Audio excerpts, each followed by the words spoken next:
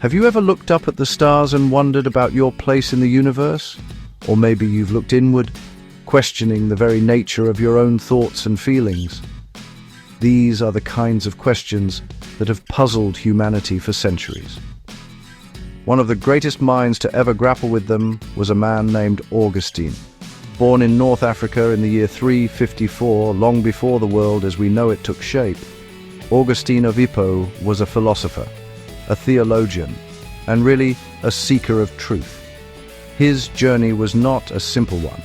It was filled with doubt, intellectual wrestling, and a profound search for meaning that would ultimately reshape Western thought for 1,000 years to come. Augustine's importance cannot be overstated. He stands as a monumental bridge between the ancient world of Plato and the Christian world that would come to define the Middle Ages. His writings, from the deeply personal Confessions to the epic City of God, are not just dusty old books on a shelf. They are living documents that explore the most fundamental aspects of the human condition. He asked the big questions. What is time? What is evil? How can a person find true happiness? His answers have echoed through history, influencing countless philosophers, theologians, and ordinary people who are simply trying to make sense of their lives and their world. Before he became a saint, Augustine was a brilliant but restless young man. He was a master of rhetoric, a skilled debater who could argue any point with dazzling logic. Yet, for all his intellectual power, he felt a deep sense of emptiness. He chased after worldly pleasures, pursued different philosophies, and constantly moved from one idea to another, searching for a solid ground of truth to stand on. This personal struggle is what makes him so relatable. He wasn't born with all the answers. He had to fight for them, using his powerful mind to dissect every belief and every doubt he encountered along the way. This relentless quest eventually led him to a profound conclusion. He realized that the truth he was searching for was not something that could be found solely in the outside world or through logic alone. It was a journey that required both the head and the heart, a delicate dance between what he could prove and what he had to believe.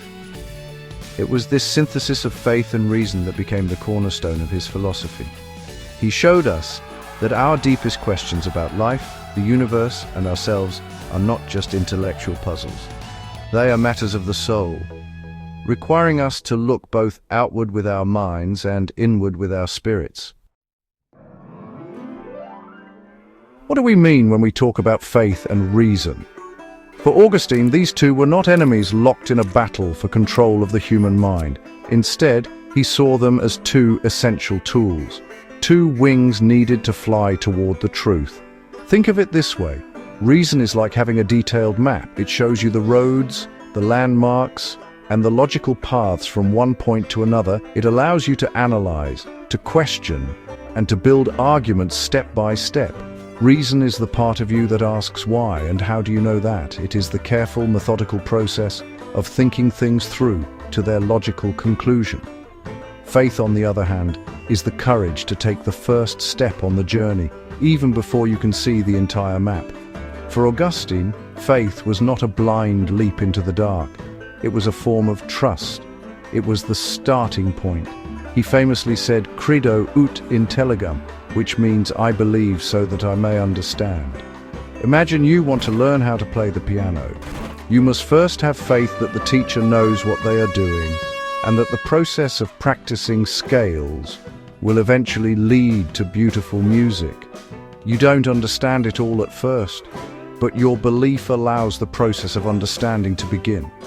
This idea flips our modern thinking on its head. We often think, "I'll believe it when I see it," or "prove it to me, and then I'll trust you." Augustine would gently suggest we try the opposite approach. He argued that some of the most profound truths about life and God are simply too big to be grasped by reason alone at the outset. Faith provides the secure foundation, the initial acceptance that allows our reason to then explore, question, and build a deeper understanding. The belief comes first, opening the door for reason to walk through and investigate the house. So for Augustine, faith and reason are partners in a grand project. Faith points the way, setting the destination on our map of reality. It gives us the foundational belief that there is a truth worth seeking. Reason then becomes our vehicle, our guide for the journey. It helps us explore the terrain, understand the details, and make sense of what we encounter along the way. One without the other is incomplete. Reason without faith has no direction, endlessly wandering without a purpose. Faith without reason can become static and unquestioning, never growing into a deeper and more meaningful understanding of the world. One of Augustine's most powerful and enduring ideas is the importance of the inner life. He urged us to turn our attention away from the constant noise and distractions of the outside world, and to embark on a journey inward, into the landscape of our own minds. He wrote, "Do not go abroad, return within yourself. In the inner man dwells truth." He believed that the answers to our biggest questions were not hidden in distant galaxies or ancient texts alone, but were waiting to be discovered inside our own consciousness. This was a radical idea at the time, and it remains a profound challenge for us today. This inner world, for Augustine, is where we truly encounter ourselves. It is a space of memory, thought, and self-awareness. Think about your own mind for a moment. It contains vast stores of memories, from the scent of your childhood home to the words of a song you heard yesterday. It is where you dream, where you reason, and where you feel joy and sorrow. Augustine saw this inner realm as a mirror of the divine, a place where the soul could come face to face with itself and ultimately with God. Knowing yourself was the first and most crucial step toward knowing anything else with certainty. To illustrate his own inner struggle, Augustine shares a deeply personal story in his Confessions. For years, he was intellectually convinced that Christianity was true.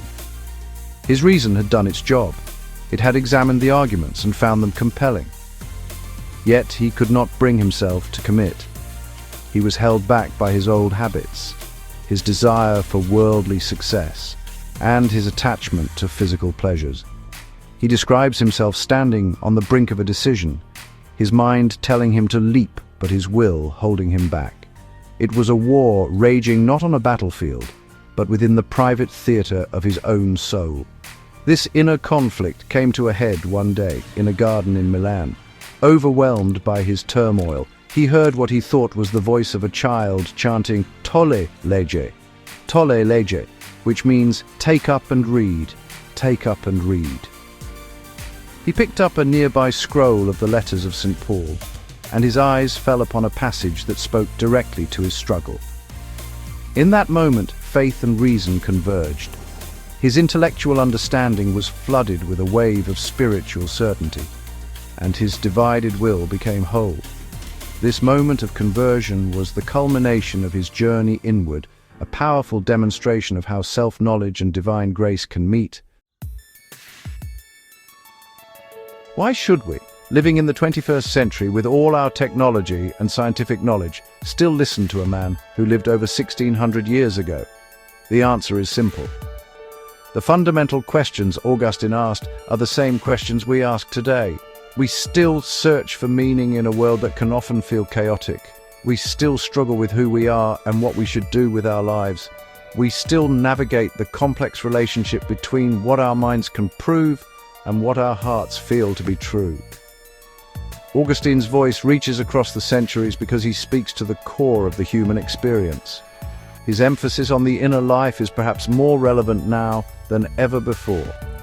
We live in an age of constant external stimulation. Our phones buzz with notifications, our screens are filled with endless content, and we are pressured to build a perfect public image. Augustine would look at our world and gently advise us to put down our devices and spend some time in quiet reflection. He would remind us that true self-knowledge and peace cannot be found by scrolling through other people's lives, but only by courageously exploring our own inner world with all its complexities and contradictions. Furthermore, his balanced view of faith and reason offers a refreshing antidote to the extreme positions we often see today. In a world frequently divided between rigid, unthinking dogma and a cold, sterile materialism, that denies anything beyond what can be measured, Augustine offers a middle path. He champions a faith that seeks understanding, that is not afraid of tough questions, and he champions a reason that acknowledges its own limits, that remains open to the possibility of mystery and truths that lie beyond its grasp. He teaches us that being a person of faith does not mean shutting down your brain. Ultimately, Augustine's legacy is not just a collection of philosophical doctrines, it is an invitation.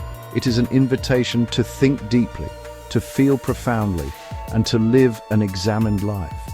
He shows us that the search for truth is a personal, passionate, and lifelong adventure. Whether you are a person of faith, a skeptic, or someone just trying to figure it all out, his journey reminds us that the quest for understanding ourselves and our place in the cosmos is one of the most noble tasks we can undertake. And that is a message that will never go out of style.